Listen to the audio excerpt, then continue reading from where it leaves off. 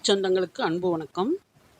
கடல் நீர் என்பது உப்புத்தன்மை வாய்ந்தது என்பதனால் நெல் விவசாயத்திற்கு அது ஏற்றதாக ஏற்றுக்கொள்ளப்படவில்லை. ஆனால் கடல் நீர் அல்லாத சாதாரண உப்புத்தன்மையை நிலத்தடி நீரை கொண்டு பூசா 1460 ரகத்திலிருந்து உருவாக்கப்பட்ட சுர்ஜித் பாஸ்மதி போன்ற நெல் வகைகள் ஓரளவு விளைச்சல் தரக்கூடியவையாக இருந்து வருகின்றது. இந்நிலையில் சீன விஞ்ஞானிகள் கடல் நீரில் வளரக்கூடிய அரிசியை தற்போது உருவாக்குவதன் மூலம் ஒரு புதிய முன்னேற்றத்தை அடைந்துள்ளனர். உப்பு சகிப்புத்தன்மை கொண்ட அரிசி என்று அழைக்கப்படும் இந்த கடல் நீர் அரிசி பாரம்பரிய பயிர்கள் வாழ முடியாத உப்பு கார மண்ணில் நன்றாக செழித்து வளர்கிறது. இந்த கண்டுபிடிப்பு உணவு பாதுகாப்பிற்கு மகத்தான நம்பிக்கையை அளிக்கிறது.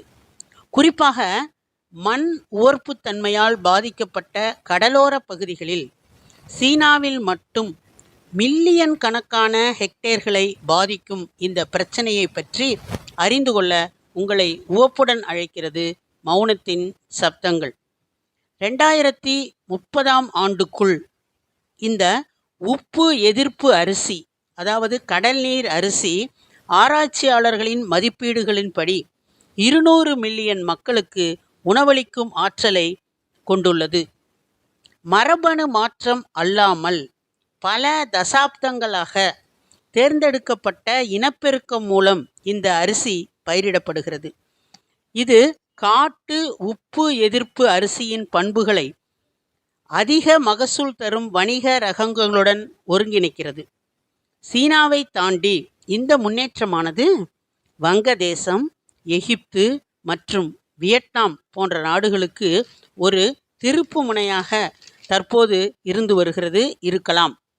ஏனெனில் கடல் மட்ட உயர்வு நன்னீர் விவசாய நிலங்களை அச்சுறுத்துகிறது. உலக அளவில் 1 பில்லியன் ஹெக்டேர் உப்பு மண்ணை கொண்டு தரிசு நிலத்தை நெல் வயல்களாக மாற்றுவது இனி ஒரு தொலைதூர கனவாக இருக்காது என்பதுதான் உண்மை. இது காலநிலை மாற்றம் மற்றும் உணவு பற்றாக்குறையை ஒன்றாக சமாளிக்கக்கூடிய எதிர்காலத்தை நோக்கிய ஒரு சக்தி வாய்ந்த முதற்படியாகும்.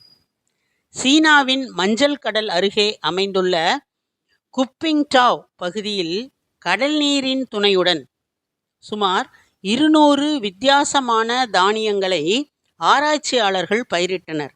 அதில் அரிசி வகைகளும் அடங்கும். இதில் 1 ஹெக்டேருக்கு சுமார் 4.5 டன் அரிசி விளையும் என ஆராய்ச்சியாளர்கள் எதிர்பார்த்தனர்.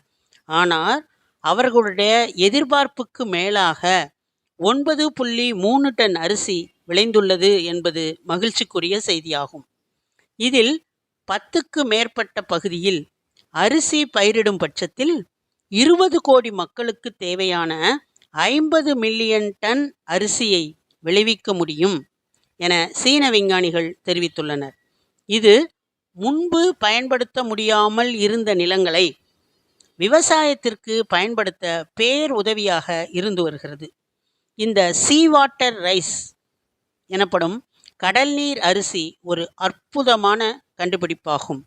சீன நாட்டு அரசு செய்தி நிறுவனமான ஜூன்ஹுவா இதை பற்றி தெரிவித்திருப்பதாவது: சீனாவில் கலப்பின அரிசி வகைகளின் தந்தை என்று அறியப்படும் விஞ்ஞானி யுவான் லாங்டாங் என்பவரது தலைமையில் இந்த ஆராய்ச்சி நடைபெற்றது. எந்தவித பூச்சி தாக்குதல் நோய்க்கும் இந்த கடல் அரிசி ஆளாவதே கிடையாது. மேலும் இதனை விளைவிக்க உரம் தேவையே இல்லை. சீனாவில் 65% மக்களுக்கு அரிசி முக்கிய உணவாக இருந்து வருகிறது. எனவே அதன் உற்பத்தியை அதிகரிக்க அந்நாட்டில் பல ஆராய்ச்சிகள் மேற்கொள்ளப்பட்டு வருகின்றன. 87 வயதான சீன விஞ்ஞானி, கலப்பின அரிசியின் தந்தை என்று போற்றப்படும் யுவான் வாங்பிங் என்பவர் சோற்றுக்காக பசித்த உலகிற்கு உணவளிக்க தனது வாழ்க்கையையே அர்ப்பணித்துள்ளார். அரிசி என்பது உணவுக்கும் அப்பாற்பட்டது.